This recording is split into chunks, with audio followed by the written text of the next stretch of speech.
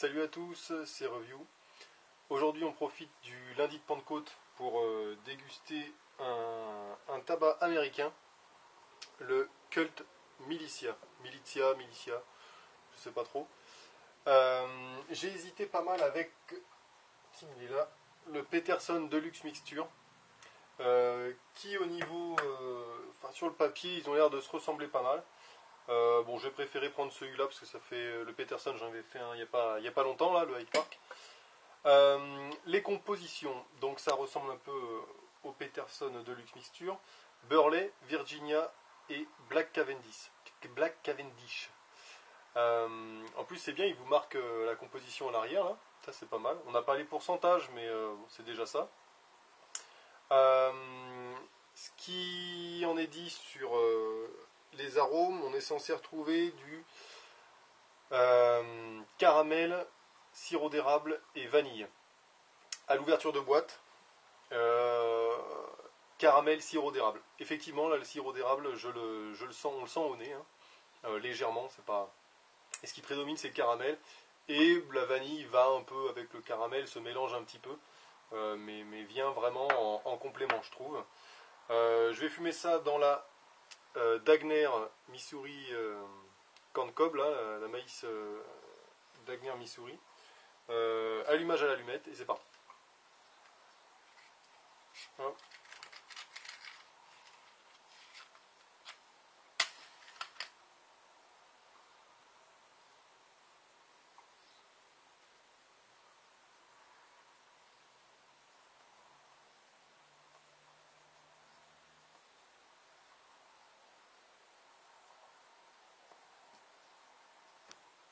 Alors, à l'odeur, c'est vraiment sympa, hein. En ouverture de boîte.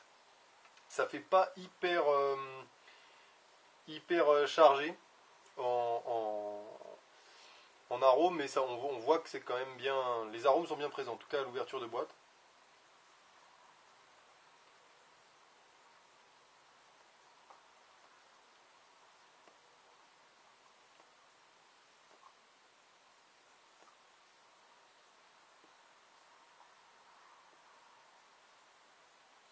La fumée est assez épaisse, ça j'aime beaucoup. Fumée assez épaisse. Il est assez chaud en bouche.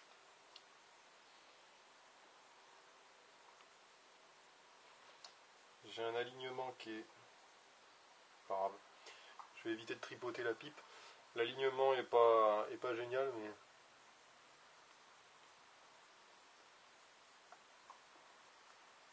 alors bon, la fumée, vous avez vu, elle est parfaite pour moi. Il n'y a pas trop épaisse, pas trop volatile. Pour l'instant, c'est parfait. Tout de suite, moi, c'est la vanille qui vient me trouver, plus que le caramel ou le sirop d'érable. Mais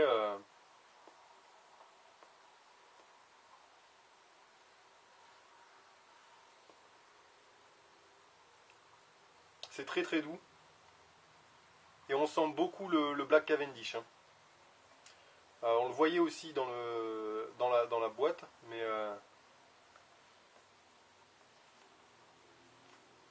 parce que c'est un tabac que j'identifie bien maintenant, le Black Cavendish. Mieux que le Burley, je pense. Mais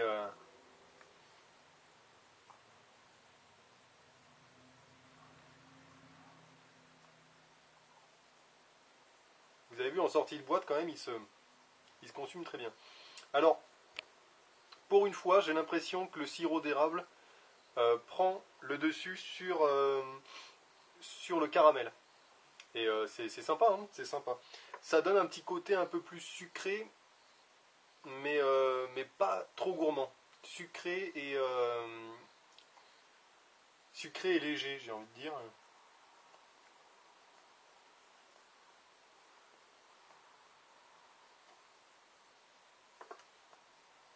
Pas de temps de séchage, là, il n'y a pas besoin. Honnêtement, ça se fume bien, un bon allumage. Et bon, je pense que je vais devoir le rallumer dans pas longtemps. Mais, oh, quoique, hein.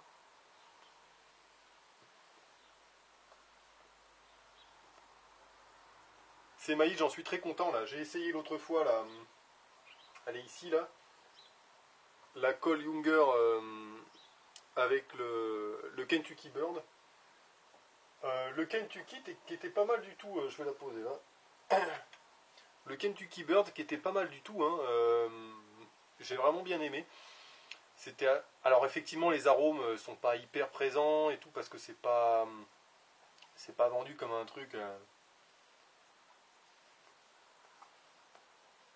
de folie, mais on sent que c'est pas un tabac aussi qualitatif que du Davidoff ou du Peterson, mais moi je l'ai payé 5 euros, je crois bien, la blague, à Grossost. Franchement, ça fait tout à fait le boulot. Alors par contre, euh, qu'on me dise pas que c'est pas un haro, parce qu'en ouverture de blague, voilà, ça pue le sucre et la cerise. Moi j'ai trouvé que ça sentait la cerise. Donc bon, voilà.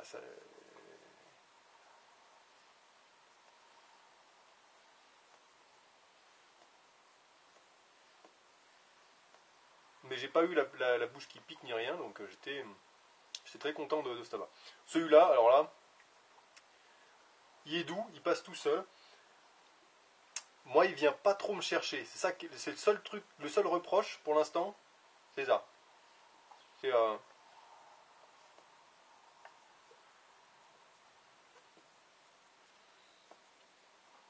c'est ce que je cherchais un petit peu aujourd'hui en fait. Après hier où le Hyde Park m'a un petit peu désarçonné dans le sens où alors au niveau de la nicotine, parfois à la fin des pipes, je suis complètement KO. Là, ça va. Bon, en me levant quand même, j'ai senti que ça tournait pas mal. Et j'ai pu enchaîner le Kentucky Bird sans problème derrière. Ce qui n'était pas le cas d'autres tabacs qui m'avaient beaucoup plus fait mal au crâne. Donc il n'y a pas de souci, hein, j'ai bien maîtrisé le tabac au niveau de sa puissance, mais par contre, voilà, un tabac qui n'était pas trop pour moi, je pense. Hein, je vais rallumer un petit peu. En tout cas, donc celui-là, il répond bien aux attentes, quelque chose de léger, de assez aromatisé. Alors effectivement, on sent bien, moi je dirais vanille, sirop d'érable, très doux. Pas hyper saucé pour moi, mais alors il faut un peu.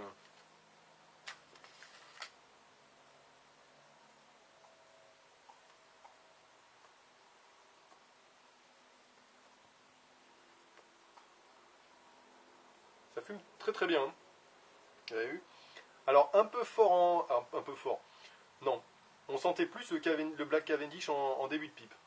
Là, ça s'est calmé avant le rallumage.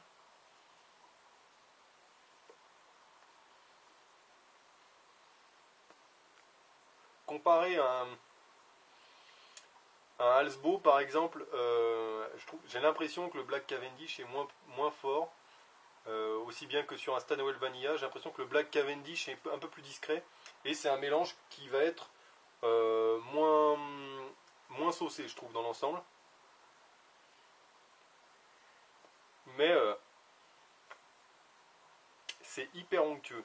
Honnêtement, c'est hyper onctueux. Alors, il me fait beaucoup penser, je l'ai pas ici, je l'ai rangé dans la boîte plastoc là. Il me fait beaucoup penser au Force Génération, le 1897. Il ressemble beaucoup à ce tabac, je trouve. Et je me rappelle que quand j'ai noté entre guillemets le Force Génération, je l'ai dégusté. Justement, il me manquait un petit peu euh, un petit arôme, un petit côté caramel plus fort, ou un petit côté un peu plus puissant derrière. Euh, et alors après, de mémoire, je trouve que ce Cult Militia s'en sort un peu mieux. Pour moi, il est un peu plus stable. On a un arôme vanille qui est un peu plus fort, je trouve. Et on a bien le côté sirop d'érable qui est très identifiable. Après, à trouver chez nous, ça c'est beaucoup plus compliqué, malheureusement. D'ailleurs, des vidéos en français de ce tabac-là, je pense qu'on n'en aura pas des masses avant un moment. Donc, j'espère que pour ceux qui s'interrogent, je leur amène les infos qu'ils cherchent. C'est vraiment en tout cas un tabac très très très doux. Alors ça c'est idéal pour un débutant, hein. Là il n'y a pas de problème. Alors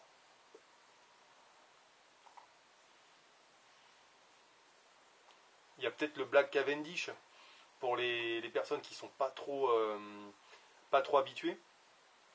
Mais franchement il est très très très bon, hein. Moi j'aime beaucoup, hein. Il est vraiment très sympa. Euh, je regarde le Holger Danske. Ça commence à faire un moment que je ne l'ai pas fumé pour avoir un point de comparaison. Mais celui-là, j'ai l'impression qu'on a un peu plus d'arôme vanille dedans, hein. Il est un peu plus aromatisé que le Gurdenske. Et puis il n'y a pas de touche de fruits, donc c'est difficile à comparer. Mais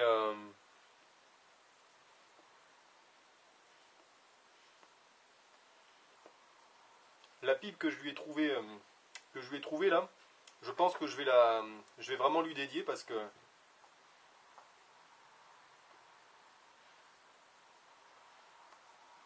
c'est vraiment un tabac qu'on peut fumer en grosse quantité, je pense.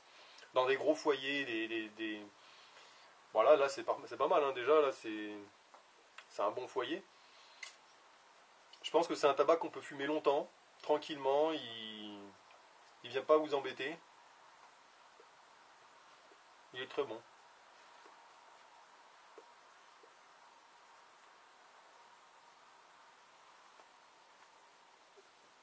Je suis très content parce que le Cult Blood Red Moon que vous voyez derrière. Alors là j'ai un peu changé la disposition. Là j'ai réussi à faire ça là, en mettant un peu en avant les boîtes non ouvertes de tabac que j'aime beaucoup. Vous avez le Connoisseur Choice que j'adore, le Cult Blood Red Moon qui est alors celui-là qui est par contre qui est assez saucé, cerise. Ouais, il est bien saucé cerise, assez sucré, mais moins que certains, moins qu'un Steinway Vanilla, mais voilà, c'est un très très bon cerise. Et le Holger Danske que j'adore aussi, que je fume très souvent. Ça fait un moment que je vais avoir fumé là, mais ça s'éteint. On va rallumer un peu au gaz.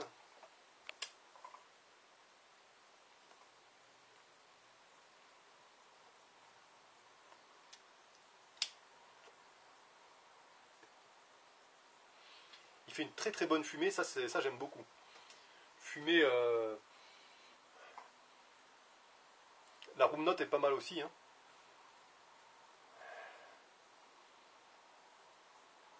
Ouais, la room note est sympa.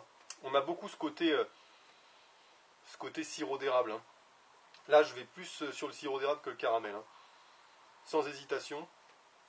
Alors que des fois, on annonce du sirop d'érable, je trouve qu'on a plus de caramel. Là,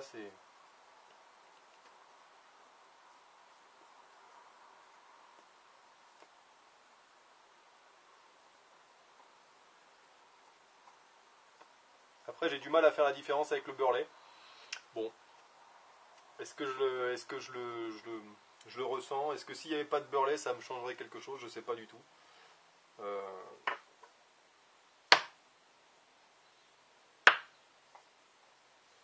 J'ai Madame l'araignée qui vient me faire chier sur ma dégustation là.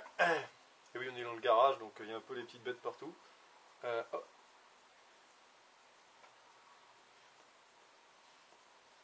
Bon,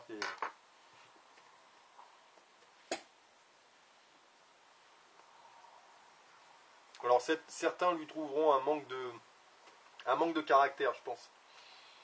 Un manque de caractère, mais comme il est bien fait et qu'il est doux, moi j'aime bien. On peut le fumer voilà, à la pause ou quoi, machin.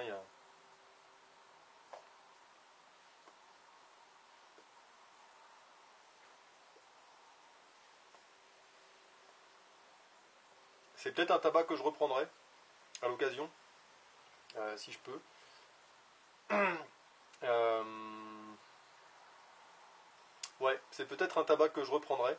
En tout cas, c'est un tabac que je recommande pour ceux qui aiment bien voilà, ce qui est annoncé, hein, c'est ni plus ni moins. Je vous redis le mélange. Burley, Virginia et Black Cavendish. Et ce qui est annoncé, c'est caramel, sirop d'érable, vanille. Donc un vanillé sirop d'érable qui est très sympa, pas très saucé. Euh, alors par rapport à un tabac qui est vraiment vendu pas très saucé, effectivement ça sera beaucoup plus saucé, mais moi qui ai l'habitude de quelque chose de très, très riche en sucre et en arômes, voilà, celui-là il est quand même en dessous d'un Stanwell Vanilla au niveau sucré, caramel, etc. Mais il est très très bon, doux, et alors plus aromatisé qu'un Force Génération 1897, je pense.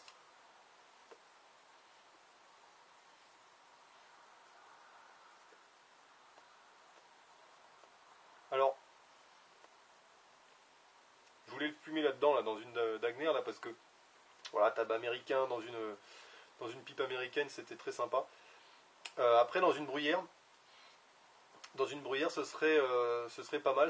Va peut-être apporter un peu plus de rondeur, un peu plus de... comment je pourrais dire? Peut-être exacerber un peu les arômes, hein, les rendre un peu plus présents. Peut-être. À voir. Des fois, c'est l'inverse qui se passe.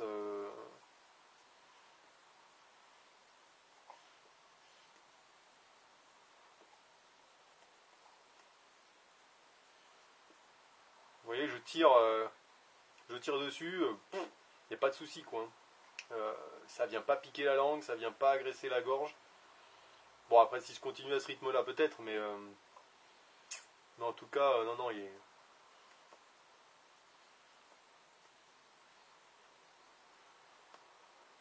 Bon, si vous voulez quelque chose qui est discret et doux, il n'y a pas de souci. Après, si vous cherchez quelque chose qui est un peu plus... voilà. Bon, en général, quand on cherche un aro vanille, vanille sirop d'érable caramel, on cherche pas un truc qui arrache la bouche, hein. Donc celui-là, je trouve qu'il répond bien. Voilà. Il manquerait peut-être un tout petit peu de corps, mais, euh, mais il est très onctueux. Il est très onctueux. Voilà. Après, peut-être un manque de rondeur ou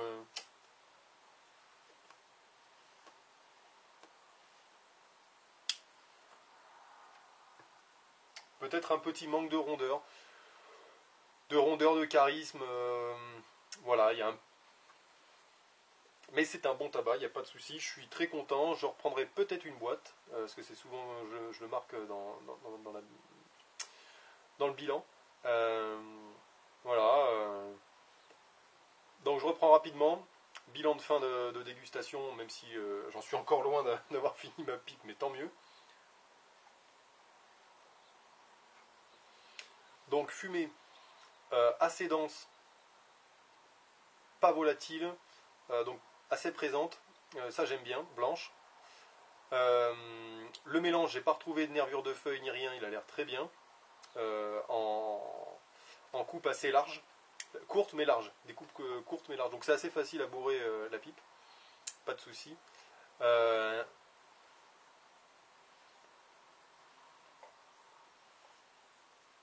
les arômes assez présents, même en milieu ou premier tiers de pipe sont bien là. Vanille et sirop d'érable prédominent, surtout sirop d'érable avant la vanille. Moi la vanille est quand même là, il n'y a pas de problème, on n'a pas de problème pour aller la chercher.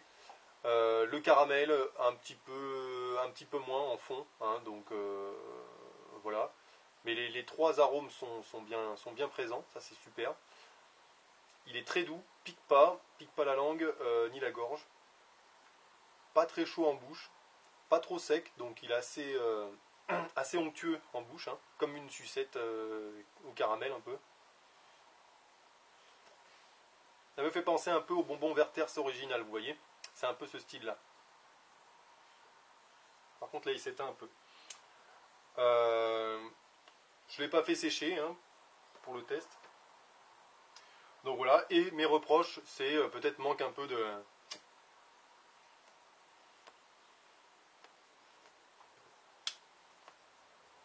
tout petit peu de corps, de rondeur en bouche. Ouais. Est-ce qu'il aurait fallu. Est-ce que j'aurais bien aimé avoir un peu plus de Black Cavendish ou un peu plus de côté poisseux, mélasseux, un peu plus sucré, je sais pas. Il est vraiment très bien. C'est vraiment tout est marqué quoi. Tout est marqué dessus. Tout ce qui est sur Tobacco Review là, c'est exactement ça. On peut pas ne pas tomber d'accord dessus, je trouve. En tout cas, pour ma part, vraiment très sympa.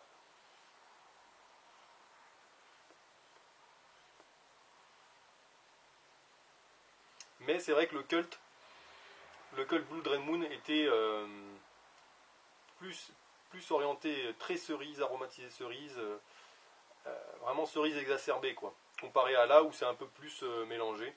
Alors l'artwork là, les pétards un peu croisés, je vois pas trop le rapport.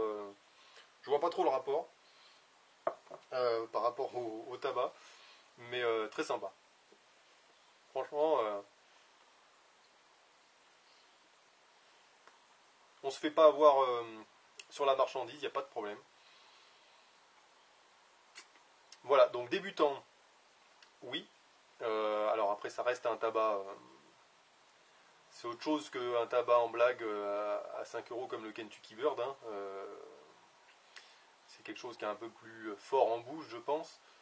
Mais voilà, c'est doux. Si on le fume tranquillement, alors pas sur une poker, hein, faut commencer ça sur quelque chose d'un peu plus. Une maïs classique ou une bruyère tout à fait normale. Voilà. Et fumer doucement, il y a pas de, franchement c'est doux, il n'y a pas de problème. Hein.